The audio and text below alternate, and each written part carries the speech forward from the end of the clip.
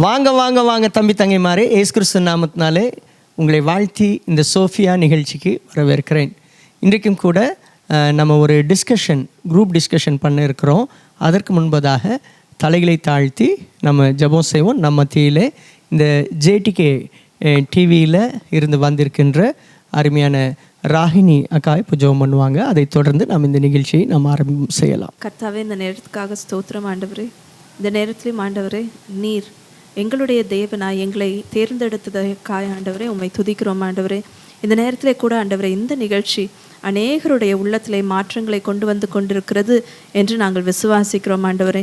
இன்றைக்கு கூட பார்த்து கொண்டிருப்பவர்கள் இந்த நிகழ்ச்சியின் மூலமாக ஆண்டவரே புதிய காரியங்களை அறிந்து கொள்ள நீர் கிருபை தாரும். அவர்களுடைய கண்கள் திறக்கப்பட நீர் உதவி செய்யும் ஆண்டவரே. தேவனே, உம்மை இந்த நிகழ்ச்சியின் மூலமாக இன்னும் அதிகமாய் அறிந்து கொள்ள நீர் உதவி செய்யும். நாங்களும் இன்னும் அதிகமாய் இந்த நேரத்தின் மூலமாக உம்மை அறிந்து கொள்ள நீர் கிருபை தாரும் ஆண்டவரே. சகல சத்தியத்திற்குள்ளாகவும் வழி நடத்துபவர் நீர். எங்களை வெளிச்சத்திற்குள்ளாகவும் சத்தியத்திற்குள்ளாகவும் நீரே வழி நடத்தும். ஆண்டவராக இயேசு கிறிஸ்துவின் மூலமாய் ஜெபம் கேளும் பிதாவே, ஆமேன். இன்றைக்கும் கூட இந்த கலந்துரையாடல் நிகழ்ச்சி நமக்கு சிறப்பு நிகழ்ச்சியாக ஒளிபரப்பப்படுகிறது.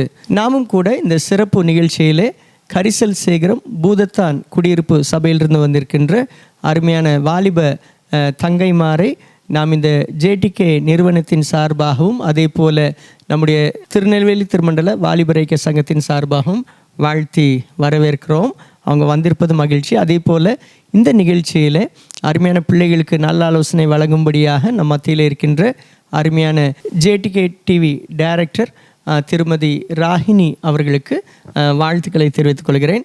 அதே போல் டிடிவையிலிருந்து சிறப்பாக ஆண்டவருடைய ஊழியத்தை செய்கின்ற நானும் அதே போல் என்னுடைய துணைவியாரும் அவங்க வந்திருக்கிறாங்க. இப்பொழுது அவங்க என்ன கேள்வி கேட்டிருக்காங்கன்னு சொல்லி நம்ம பார்க்கலாம். பிள்ளைங்களா, இந்த ப்ரோக்ராமில் உங்களை சந்திப்பதில் ரொம்ப சந்தோஷம். இன்றைக்கி நீங்கள் உங்களுக்கு என்னென்ன கொஸ்டின் இருக்கோ அதெல்லாம் கேட்டுக்கலாம். நீங்கள் கேட்குற கொஸ்டினுக்கு கரெக்டான பதில் சொல்கிறதுக்கு நாங்கள் ரெடியாக இருக்கிறோம். நீங்கள் ரெடியா? ஃபஸ்ட்டு யார் கொஸ்டின் கேட்குறா? உங்கள் நேம் சொல்லிவிட்டு கொஸ்டின் கேட்குறீங்களா? என் பேர் வெர்னா. இப்போ நம்ம பயப்படுறதுனால நம்ம பரிசுத்த வாழ்க்கைக்கு ஏதாட்டு குறைவு ஏற்படுமா? இப்போ எக்ஸாம்லாம் ஒரு எக்ஸாமுக்கு பயப்படுறோம், இல்லைனா ஒருத்தவங்க நல்லா திறமையாக இருக்கிறாங்க அவங்கள பார்த்து பயப்படுறோம், இல்லைனா ஒருத்தங்கிட்ட நம்ம ஏதாட்டு பேசியிருப்போம், நம்ம பேசினதுக்கு என்ன நினைப்பாங்களோ அப்படின்ட்டு நிறைய விஷயத்தில் பயந்துருக்கோம். இதனால பரிசுத்த வாழ்க்கையில் ஏதாட்டு குறைவு ஏற்படுமா? நீங்கள் கேட்ட கேள்வி ரொம்ப அருமையான கேள்வி. பயம் அப்படிங்கிறது இன்றைக்கு இருக்கின்ற சிறு பிள்ளைகளிலிருந்து வாலிபர்களிலிருந்து எல்லாருடைய இருதயத்துலேயும் அந்தந்த வயதுக்கு ஏற்ற பயம் விதைக்கப்படுகிறது. சில இடத்துல விதைக்கப்படுகிறது. சில சின்ன வயசுலேயே அம்மா அப்பா என்ன செய்வாங்கன்னா, வெளியில் போகாத பூச்சாண்டி பிள்ளையை பிடிச்சிட்டு போயிடுவான் இப்படி சொன்னனால இந்த பிள்ளைங்க வெளியில் போகிறதுக்கே என்ன செய்யும்? பயப்படும். இதெல்லாம் என்னென்னா வேண்டாத பயம். ஆனால் பாவம் செய்ய என்ன செய்யணும்? பயப்படணும். பைபிளில் கூட நம்ம பார்த்தோம் அப்படின்னா தீமையை வெறுப்பதே கர்த்தருக்கு பயப்படும் பயம் அப்படின்னு சொல்லியிருக்கு. அப்போ கர்த்தருக்கு பயப்படுற பயம், தீமையை நம்ம என்ன செய்யணும்? வெறுக்கணும். ஆனால் வேண்டாத பயங்கள் இருக்கக்கூடாது. இப்படி நம்ம தேவையில்லாமல் பயப்படும்போது நமக்கு ஆண்டவர் மேலே இருக்கிற நம்பிக்கை நம்மளை அறியாமலே குறைஞ்சிருது. அதனால் நம்ம அவிவிசுவாசி ஆயிரும். அவிவிசுவாசியாக இருந்தால் கண்டிப்பாக ஆண்டவருக்கு பிரியமாக நம்ம இருக்கவே முடியாது. சின்ன சின்ன விஷயத்தில் கூட சரி நம்மளாம் ஆண்டவருக்கு பிரியம் இல்லை அப்படின்னு சொல்லி இன்னும் ஆண்டவரை விட்டு வழி விலகி போகிறதுக்கு அது காரணமாயிரும். அதனால் இப்போவே அந்த பயத்தெல்லாம் எடுத்துடணும். ஏன்னா பைபிளில் 365 தடவை பயப்படாதேன்னு ஆண்டவர் சொல்லியிருக்காரு. ஏன் அப்படின்னா அதோட முக்கியத்துவத்தை அறிஞ்சு தான். அதனால் நம்ம பயப்படுறது ஆண்டவருக்கு பிரியமானது அல்ல. சின்னதுலே நம்ம அதிலேருந்து வெளியில் வர்றதுக்கு ட்ரை பண்ணணும். ஆண்டவரை விசுவாசிக்கணும். முக்கியமாக நீ சொன்னல எதெல்லாம் பார்த்து பயமாக இருக்குன்னு. பயத்துக்கு ஒரு மெயின் ரீசன் என்ன அப்படின்னா, நான் குறைவில்லவனோ அப்படிங்கிற அந்த கேள்வி தான் நமக்கு பயத்தை உண்டு பண்ணுது. அந்த பாயிண்ட் தான். இப்போ நம்ம உலகத்தில் நான் மட்டும்தான் இருந்தேன்னா நம்ம பயப்பட மாட்டோம். ஆனால் நம்ம கூட நிறையா பேர் இருக்கும்போது இவங்கள விட நான் கீழேயோ, இந்த பொண்ணோட நான் அழகு கம்மியோ, இந்த பொண்ணோட நான் டேலண்ட்டு கம்மியோ, அப்படி நம்மளை நம்ம கீழே நினைக்கிறது தான் மெயின் பாயிண்ட். ஸோ நம்ம அந்த பாயிண்ட்டை நம்ம அட்டாக் பண்ணணும். ஆண்டவர் என்ன சொல்லியிருக்காருன்னா, அவரை போலவே நம்ம இருக்கிறோம். ஸோ அவரை போலவே நம்ம இருக்கிறோம் அப்படிங்கிற அந்த சத்தியத்தை நீ டைட்டாக பிடிச்சிக்கணும். இப்போ ஆண்டவர் எப்படி இருக்கிறாரோ அதை போல் நான் இருக்கிறேன், அவ்வளவு அழகாக, அவ்வளவு பவர்ஃபுல்லாக, அவ்வளவு திறமை நிறைந்தவளாக, அவ்வளவு பரிசுத்தமாக, பாவத்தை நான் ஒரு பாவி அப்படிங்கிற பயம் எனக்கு தேவையில்லை, அவ்வளோ பரிசுத்தமாக தேவனை போல இருக்கிறேன். ஸோ என்னை விட மேலே இவங்க அப்படிங்கிற எண்ணமே எனக்கு தேவையில்லை, ஏனென்றால் நான் தேவனை போலவே இருக்கிறேன்.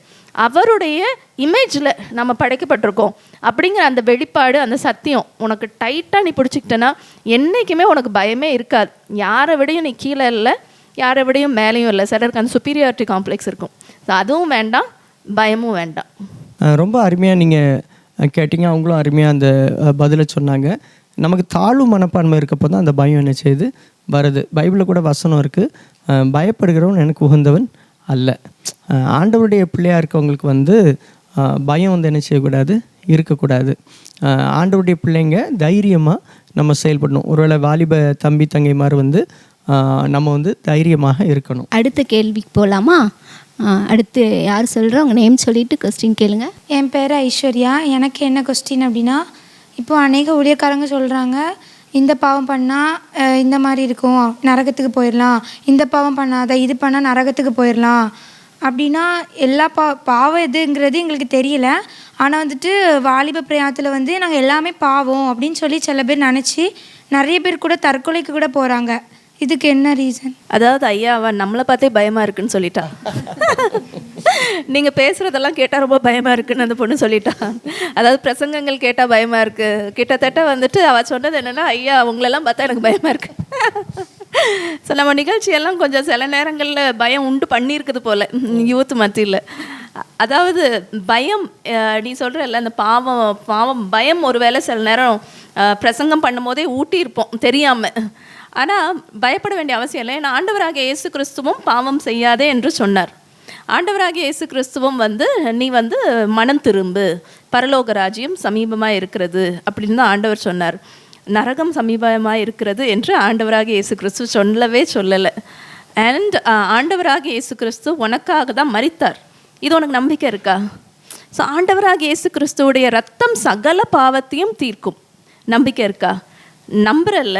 ஆண்டவரை நம்பினா நிச்சயமாக வந்து உனக்கு இந்த பயம் அவசியமே இல்லை. ஏன்னா ஆண்டவர் வந்து எல்லா பாவத்தையும், நம்ம பாவமான எண்ணம் முதற்கொண்டு, இன்றைக்கி ஒரு வேளை சிந்தனையில் பாவம் இருந்திருக்கலாம், அந்த பாவமான எண்ணம் முதற்கொண்டு சிலுவையில் அவர் சுமந்து விட்டார். இதுதானே நம்மளுடைய ரட்சிப்பின் காரணமே இதுதானே. இந்த சத்தியத்தை கேட்டு தான் நம்ம ரட்சிக்கப்பட்டோம். அதனால் உனக்கு இந்த பாவ பயம் வர நேரத்தில் எல்லா நேரத்துலையும் சிலுவையை பார்த்து கொண்டே இருக்கணும். உனக்குன்னு இல்லை, எல்லாருக்குமே, பெரியவங்களுக்கு கூட பாவத்தை பார்த்தா நான் பாவம் செய்துட்டேனோ, வயசானவங்களுக்கு கூட அவங்க எவ்வளவோ பரிசுத்தமாக நன்மையை செஞ்சாலுமே அவங்களுக்கு பயம், இந்த நரக பயத்தை சில நேரம் அந்த சாத்தான் புகுத்துறான். ஆனால் அந்த நரக பயத்தை வந்து புகுத்துறது ஆண்டவரே இல்லை. அவரை சிலுவையை பார்த்துக்க, அந்த ரத்தத்துக்கு எவ்வளோ வல்லமை இருக்கு இல்லையா. இந்த பாவம் எல்லாத்தையுமே அவர் கழுவி விடுவார் என்று நீ சிலுவையை, இந்த பயம் வரும்போதெல்லாம் நீ சிலுவையை பார்த்துக்கோ, பயம் எல்லாமே காணாமல் போயிடும். சரிதானா? பயம் குறைஞ்சிருக்கா? இனி இன்னும் பதிலை கேட்க இன்னும் உனக்கு குறைஞ்சிரும். அதாவது ஆண்டவர் வந்து முதல்ல மன்னிக்கிறவர் அப்படிங்கிறத தெரிஞ்சுக்கணும். அவர் வந்து நம்மை போலவே இந்த உலகத்தில் வாழ்ந்தார். எவ்வளோ பிரச்சனை நம்மளுக்கு வரும் அப்படிங்கிறது அவருக்கு தெரியும். ஸோ அந்த பிரச்சனைகள், நீ எந்த வழியில் இருக்கிற, உன்னோட சூழ்நிலை எல்லாத்தையும் அவர் வந்து பார்த்துட்டே இருக்கிறாரு. அதனால் உன்னோட ஆட்டிடியூடு வந்து முக்கியம். முதல்ல ஆண்டவர் என்னை மன்னிப்பார், அவருக்கு நான் ரொம்ப பிரியமாக இருக்கிறேன் அப்படிங்கிற நம்பிக்கை நம்மளுக்கு வேணும். நம்ம இந்த மெயினாக இந்த யூத்துக்கு சொல்லுவாங்க, பயம் வேணும் அப்படின்னு சொல்லுவாங்க. அதை விட நான் அதிகமாக சொல்கிறது என்ன, நீ தேவனிடத்தில் அன்பு கூறு. நீ அன்பாக இருந்தாலே தேவனுக்கு பிரியமில்லாத காரியங்களே செய்ய மாட்டோம். இப்போ நம்ம அம்மா அப்பாவை அதிகமாக நேசிக்கிறோம் அப்படின்னு வச்சுக்கோங்களேன், அம்மா அப்பாவுக்கு பிரியமில்லாத காரியத்தை செய்வீங்களா? கண்டிப்பாக செய்ய மாட்டோம். அப்போ நீ ஆண்டவரிடத்தில் அன்பு கூறும் பொழுதே அவருக்கு பிரியமில்லாத காரியங்களை செய்ய மாட்டோம். முதல்ல அவரிடத்தில் அன்பு கூறணும். ஏன்னா அவர் நம்மளுக்காகவே இந்த உலகத்துக்கு வந்தார், தன்னையே பலியாக ஒப்பு கொடுத்தார். அவ்வளோ அன்பு, இவ்வளவா உலகத்தில் அன்பு கூர்ந்தார் அப்படின்னு சொல்லி வேதத்தில் நம்ம பார்க்குறோம். அவ்வளோ அன்பு நிறைந்த தேவன். அதனால் யூத்துக்கு நான் அதிகமாக சொல்லிக்கொள்வது என்ன அப்படின்னா, நீங்கள் தேவனிடத்தில் அன்பாக இருங்க. எல்லா வித பயத்துக்கும் பாவத்துக்கும் நீங்கள் விலகி வாழறதுக்கு அது பயனுள்ளதாக இருக்கும். ஒரு இன்னைக்கு இருக்கிற யூத்துக்கு பயம் குறைஞ்சிக்கிட்டே இருக்குன்னு நாங்கள் நினச்சோம். ஆனால் நீங்கள் வந்து இல்லை, ஊழியக்காரங்களை பார்த்தா, அந்த பிரசங்கத்தை பார்த்தா பயம் அப்படின்னு சொல்கிறீங்க. இயேசு கிறிஸ்துவை பார்த்ததும் நிறைய பேருக்கு பயம் வந்துச்சு. இயேசு கிறிஸ்துவை பார்த்ததும் பயம் வந்துச்சு. எப்படி பயம் வந்துச்சு? அவர் சொன்னார், பரலோராஜ்யம் சமீபித்திருக்கிறது, மனம் திரும்புங்க, பரலோராஜ்யம் சமீபித்திருக்கிறது அப்படின்னு சொன்னார். விரியன் பாம்பு குட்டிகளே அப்படின்னு சொல்லி கூட என்ன செய்கிறார், அவர் வந்து சில வேளைகளில் அவர் குத்தி என்ன செய்கிறார், காண்பிக்கிறார். யாருக்கு காண்பிச்சார்? தவறு செய்கிறவங்களுக்கு.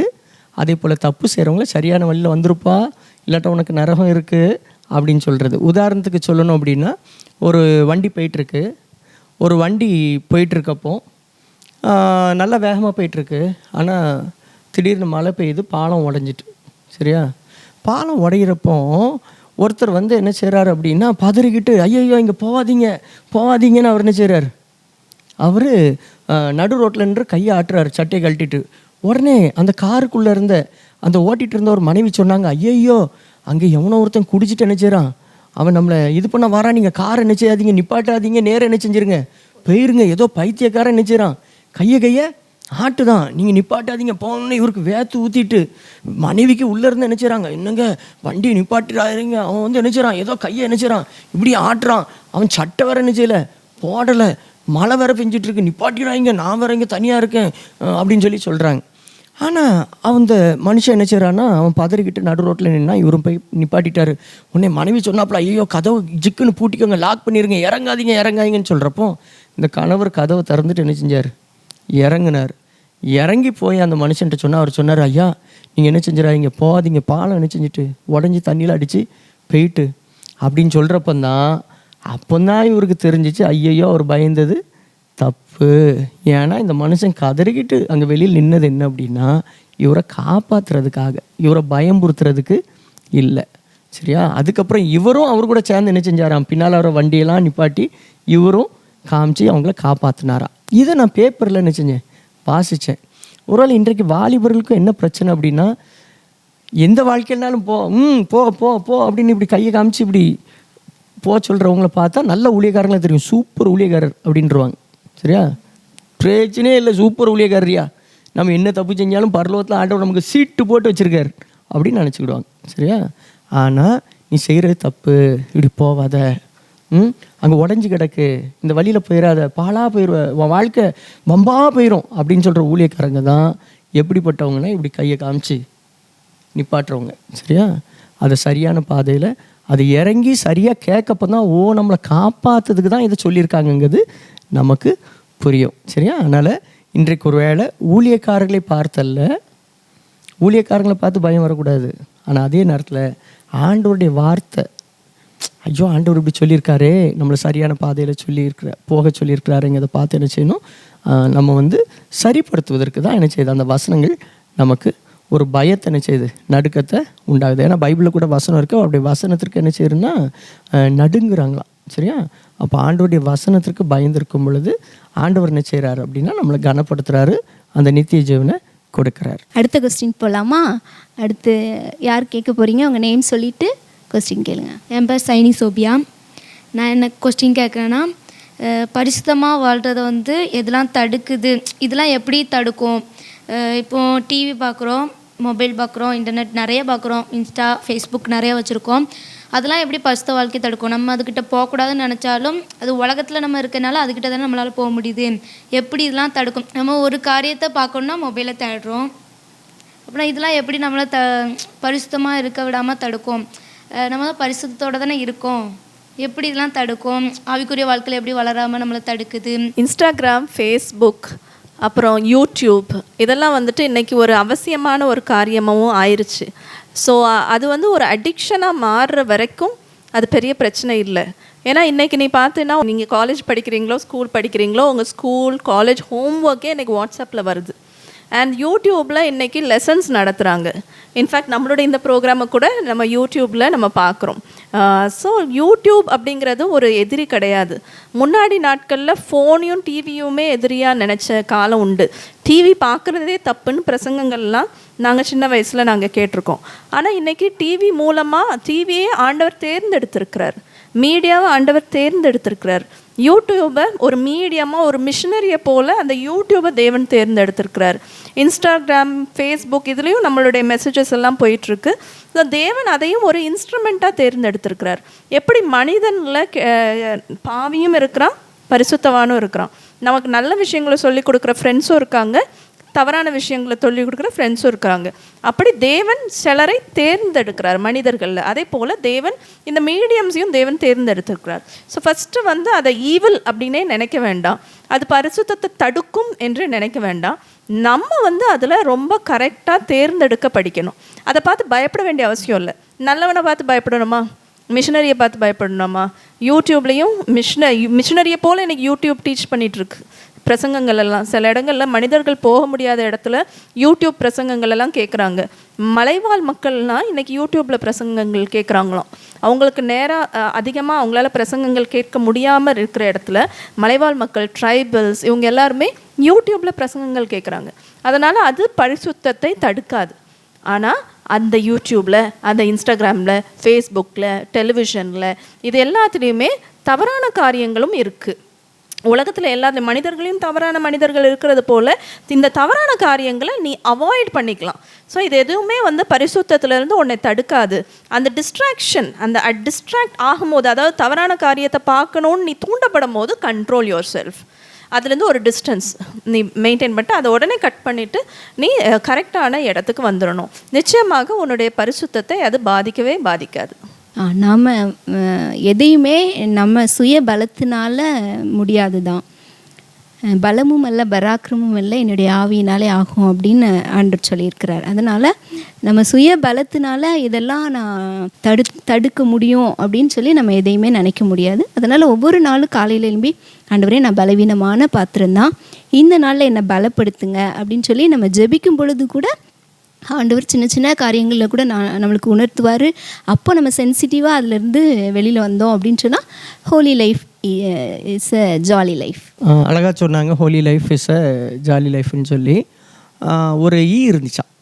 இந்த ஈயுடைய அம்மா சொன்னாங்களாம், நீ வந்து பளபளப்பாக இருக்க எது பக்கத்துலேயும் போயிடாத அப்படின்னு என்ன செஞ்சாங்கன்னா சொல்லிக்கிட்டே இருந்தாங்களாம்.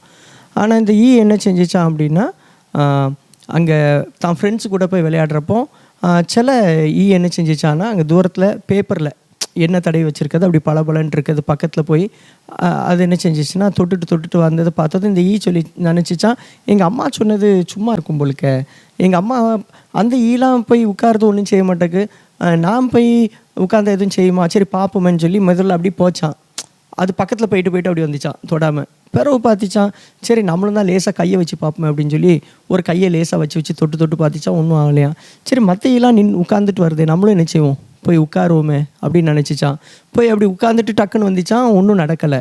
அதுக்கு நினச்சிச்சு நம்ம அம்மா சொன்னது பொய், அதில் நம்ம உயிரை வாங்கிரும்னு சொல்லி சொன்னாங்க பொய் அப்படின்னு நினச்சிச்சான். இந்த அடுத்த நாள் என்ன செஞ்சிச்சான்னா அப்படியே அழகாக பறந்து போய் அதில் உட்காந்துச்சான். உட்காந்தது அந்த இதில் எண்ணெயில் அழகாக சுகமாக இருந்ததுனால கொஞ்சம் நேரம் உட்காந்துருந்தது. தூங்கிட்டு அப்புறம் தான் முழிச்சு அது வெளியில் எலும்பணும்னு நினச்சிச்சான். அப்போ அதனுடைய சிறகு என்ன செஞ்சுருந்துச்சான் அப்படின்னா அந்த எண்ணெயோடு என்ன செஞ்சிட்டான், ஒட்டிட்டான்.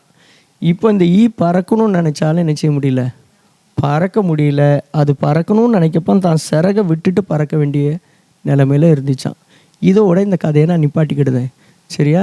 இன்றைக்கி இன்ஸ்டாகிராமாக இருக்கட்டும், மற்ற எந்த காரியமாக இருக்கட்டும், அதில் வந்து இப்படி தொட்டுட்டு வரப்போ பிரச்சனை இல்லை, அதில் அவங்க வந்து உங்களுக்கு தேவையானது நடக்கப்போ பிரச்சனை இல்லை, சரியா? ஆனால் அதிலே மயங்கிடுறாங்கல்ல, திருப்பி எலும்புறக்கு என்ன செய்ய முடியாது. அப்போ ஏதாவது ஒன்றை இழக்கிற சூழ்நிலை வருகிறது. இன்ஸ்டாகிராமாக இருக்கட்டும், ஃபேஸ்புக்காக இருக்கட்டும், இது எதுவாக இருக்கட்டும், அது அளவுக்கு மிஞ்சி நம்ம போகிறப்போ அது நம்மளை என்ன செஞ்சிருதுன்னா ஏதோ ஒன்றை நம்மகிட்ட அது என்ன செஞ்சிருது, நம்ம இழக்க வச்சிருது. அதனால நம்ம கவனமாக என்ன செய்யணும், இருக்கணும். ஒரு வேளை அருமையானக்கா சொன்ன மாதிரி அதை ஹேண்டில் பண்ணுறது எல்லாம் இன்றைக்கி நமக்கு பிளெஸ்ஸிங் தான். இன்றைக்கி படிப்பு அதில் வருது, டியூஷன் அதில் வருது, எல்லாமே அதில் வருது. ஆனால் நம்ம அதில் எவ்வளோ நேரம் செலவழிக்கிறோம், எப்படி செலவழிக்கிறோம், எதை வைத்து செலவழிக்கிறோங்கிறது ரொம்ப முக்கியம். நம்ம பைபிளில் கூட பார்க்குறோம், தானியேல் தான் இருதயத்தில் ஒரு தீர்மானம் பண்ணான், தீட்டானதெல்லாம் நான் தொட மாட்டேன் அப்படின்னு. அப்போ மொபைலாக இருக்கட்டும், மற்றதாக இருக்கட்டும், அதில் இருக்க தீமையான காரியங்களை நான் நினச்ச மாட்டேன், தொட மாட்டேன் அப்படின்னு நினைக்கிறப்போ தானியேல் அங்கே இருக்கிறது விசேஷமானது. ஆனால் அவன் இருதயத்தில் ஒரு தீர்மானம்னா தீட்டானதை தொட மாட்டேன்.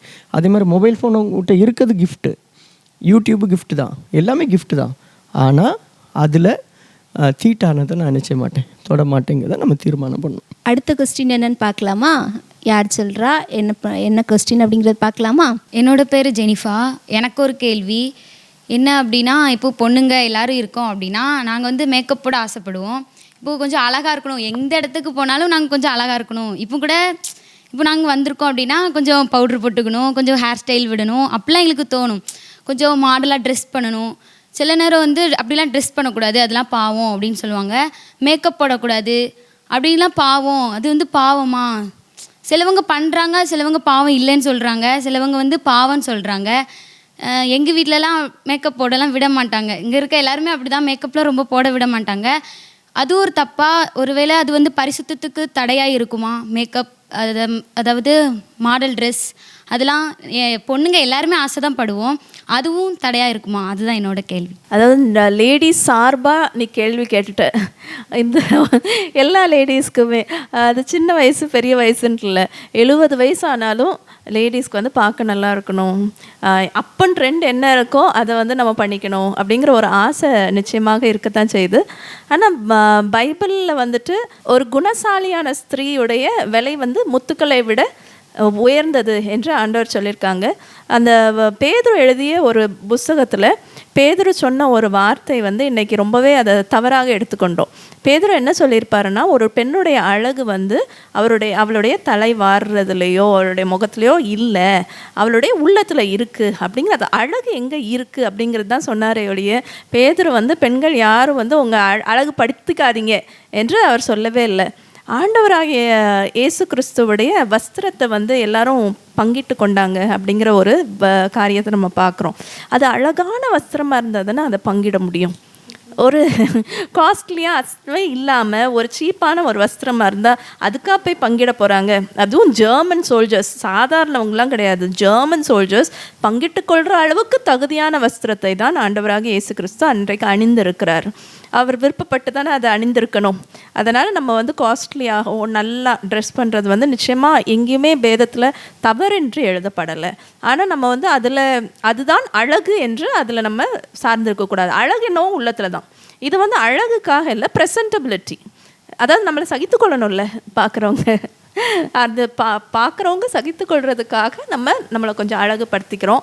நம்மளை ட்ரெஸ் பண்ணுறது இது எதுவுமே தவறல்ல. அடுத்தவங்கள டெம்ப்ட் பண்ணாமல் அடுத்தவங்களுக்கு அது ஒரு அருவருப்பாக இல்லாத அளவுக்கு நம்ம செய்கிறது எதுவுமே தவறு என்று பைபிளில் இருந்த மாதிரி தெரில. நீ ஆசைப்படுறது தவறு கிடையாது, நீ உன்னை அழகுபடுத்தி கொள்வது தவறு கிடையாது. ஆனால் அதில் வந்து அடிக்டடாகவும் இருக்கக்கூடாது, அதுதான் அழகு, அதுதான் முக்கியம் என்றும் இருக்கக்கூடாது. நம்ம எல்லாருமே அழகாக இருக்கணும்னு தான் விரும்புவோம்.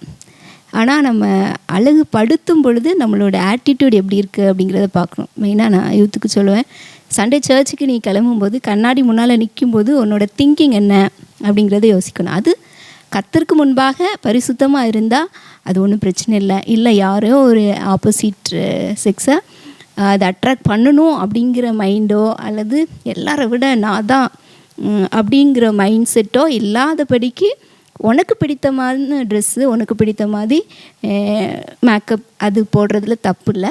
ஆனால் அதனால் யாரும் இடரல் அடையக்கூடாது. பிலிப்பியர் 1:11 நாம் கர்த்தருடைய நாளுக்கென்று துப்புரவானவர்களாகவும் இடரலற்றவர்களாகவும் இருக்கணும் அப்படின்னு பவுல் சொல்கிறார். அதனால் நம்ம யாருக்கும் இடரலாக இல்லாதபடிக்கு நம்மளுடைய ட்ரெஸ்ஸிங்கோ நம்மளுடைய மேக்கப்போ இருந்தால் அது பரிசுத்தத்துக்கு எந்த விதத்துலேயும் அது தடுக்கவே தடுக்காது. இப்போ இவங்க 2 பேர் சொன்ன பதிலும் ரொம்ப அருமையான பதில் தான். ஆண்டவரே என்ன செய்கிறார் அப்படின்னா உடுத்து வைக்கிறார். சரியா? ஏன்னா நம்ம வெளியேற பெற்றவர்கள், அதனால நம்மளை உடுத்து வைக்கிறார். எப்பொழுதுமே ஒரு கிஃப்ட்டை என்ன செய்வோம் அப்படின்னு பார்த்தீங்கன்னா நம்ம ரேப் பண்ணுவோம். ஒரு கிஃப்ட்டை ரேப் பண்ணி தான் என்ன செய்வோம்னா நம்ம கொடுக்குறோம், யாருக்காவது ஒருத்தருக்கு பரிசாக கொடுக்கணும். அதே போல் ஆண்டவர் வந்து நம்ம கொடுத்துருக்குற இந்த சரீரம் வந்து ஒரு கிஃப்ட்டு. அதனால் இதை என்ன செய்கிறாருன்னா அவர் உடுத்து வைக்கிறாரு. ஹி ரேப்ஸஸ், நமக்கு வந்து உடுத்து வைக்கிறார். ஆனால் இன்றைக்கி இருக்கிற வாலிபர்கள் வந்து பேண்ட்டை கிழிச்சிக்கிட்டுறது, என்ன பிறகு கொஞ்சம் அங்கங்கே கிழிச்சு விட்டுக்கிட்டு அவங்க ட்ரெஸ் போடுறது, அப்போ அது வந்து சரியல்ல. சரி, அந்த உலகத்தில் இருக்கவங்க அதை ஃபேஷன் அப்படின்னு சொல்லலாம். ஆனால் ஆண்டவருடைய பிள்ளைகளாகிய நமக்கு அது அலங்காரம் அல்ல. நம்ம வந்து பவுட்ரு போடுறது தப்பு இல்லை, நமக்கு ஆண்டவர் நல்ல ஒரு ட்ரெஸ்ஸு கொடுத்துருக்குறாரு, அதை போடுறது தப்பு இல்லை. ஆனால் பெருமை வந்து நமக்கு இருக்கக்கூடாது. நம்ம பைபிளில் கூட ஒரு சிலரை பார்த்தோம் அப்படின்னா அவங்க பெருமையினால் வஸ்திரம் தரித்தவங்களாம் இருக்காங்க. அந்த பெருமை நினைச்சக்கூடாது, இருக்கக்கூடாது. பாபிலோனின் ராஜா நேபுகாத் நேச்சாருக்கு என்னென்னா பெருமை வருது, நாங்கள் நம்ம பாபிலோன்னு சொல்லி என்னென்னா அவர்கிட்ட அந்த அலங்காரத்தை பார்த்தது தான் அவருக்கு அந்த எண்ணமே வருது, அந்த சிட்டியை பார்க்கும். அதே மாதிரி நமக்கு ஆண்டவர் கொடுத்துருக்குற இந்த அழகை பார்த்து சில நேரம் பெருமைப்பட்டு மற்றவங்கள சிறுமையாக நினைக்கிறதும் தவறு. அதே நேரத்தில் நம்மளை அலங்கரிப்பது தவறல்ல. நான் கூட சின்ன வயசில் ஸ்கூலில் படிச்சிருக்கிறேன். சிண்ட்ரெல்லா அப்படின்னு சொல்லி ஒரு சின்ன கதை இருக்கும்.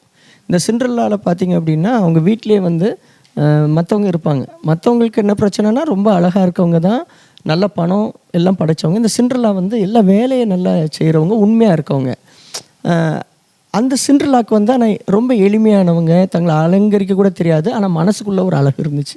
அந்த அழகு எப்படிப்பட்டதுன்னா, யாரையும் பார்த்தா உதவி செய்யணும், யாரையும் ஹர்ட் பண்ணக்கூடாது. அந்த ஒரு நல்ல குணம் தான் என்ன செஞ்சிச்சு அப்படின்னா, அந்த சிண்ட்ரெல்லாவை நாளைக்கு ஒரு பெரிய குவீனா அல்லது அந்த இடத்துல ஒரு உயர்ந்த ஸ்தலத்துக்கு கொண்டு போச்சு. ஒரு நம்ம பைபிளில் கூட அப்படி பார்த்தோன்னா எஸ்தரை கூட அப்படி சொல்லலாம். சரியா? அவங்க வந்து ஒரு எளிமையானவங்க தான், ஆனால் அவங்களுக்குள்ள மனசுக்குள்ளே இருந்த ஒரு அழகு அது வந்து என்ன செஞ்சிச்சுன்னா அவங்கள உயர்த்திச்சு. அதனால எது அழகு அப்படின்னு பார்த்தோம் அப்படின்னா, நம்மை உள்ளம். அதே நேரத்தில் நம்ம அதுக்காக நம்ம வந்து பவுடர் போடக்கூடாது, நம்ம வந்து தலை இப்படி செய்யக்கூடாது, அல்லது உடை இப்படி அணியக்கூடாது. இல்லை, உடை வந்து மற்றவங்களுக்கு இடரலாக இருக்காமல் இருக்குது, அது நல்லது. ஆண்களாக இருந்தாலும் பெண்களாக இருந்தாலும். சிலர் என்ன சொல்லுவாங்கன்னா கேர்ள்ஸை மட்டும் சொல்லுவாங்க, ஆனால் பாய்ஸை என்ன செஞ்சுருவாங்கன்னா விட்டுருவாங்க. அப்படி இல்லை, இருவருக்குமே, இரு பாலருக்குமே பிறருக்கு இடர் இல்லாமல் ஒரு நல்ல ஒரு உடை உடுத்துவது, தங்களை சிகை அலங்காரம் செய்து கொள்வது, அது மாதிரி பவுடர் போடுவதெல்லாம் தவறல்ல. ஏன்னா ஆண்டவரே என்ன செய்கிறாருன்னா, ஹீ கிளீன்ஸ் அஸ். நம்ம மனமாறிய மைந்தன் வந்த உடனே அவனுக்கு வந்து முத்திர மோதிரத்தை கொடுங்க அப்படிங்கிறாரு, உடுத்து வைக்கிறாரு, அவனை வந்து அலங்கரிக்க தான் செய்கிறாரு. அதனால் நம்மளை வந்து அலங்காரமான கிரீடம்னு வேறு சொல்கிறார், க்ரௌன். அப்போ க்ரௌனுங்கிறதே ஒரு அழகு தான். சரி, அதனால் நீங்களாம் எப்படி எப்படின்னா விலையேற பெற்ற முத்துக்களாக அதே போல் க்ரௌனாக இருக்கணும்னு சொல்லி வாழ்த்துக்கிறேன். இதை பார்த்து கொண்டிருக்கிற நேயர்களுக்கும் அதே போல் நீங்கள் ஒரு க்ரௌனாக முத்தாக இருக்க வேண்டும் என்று வாழ்த்துக்கிறேன்.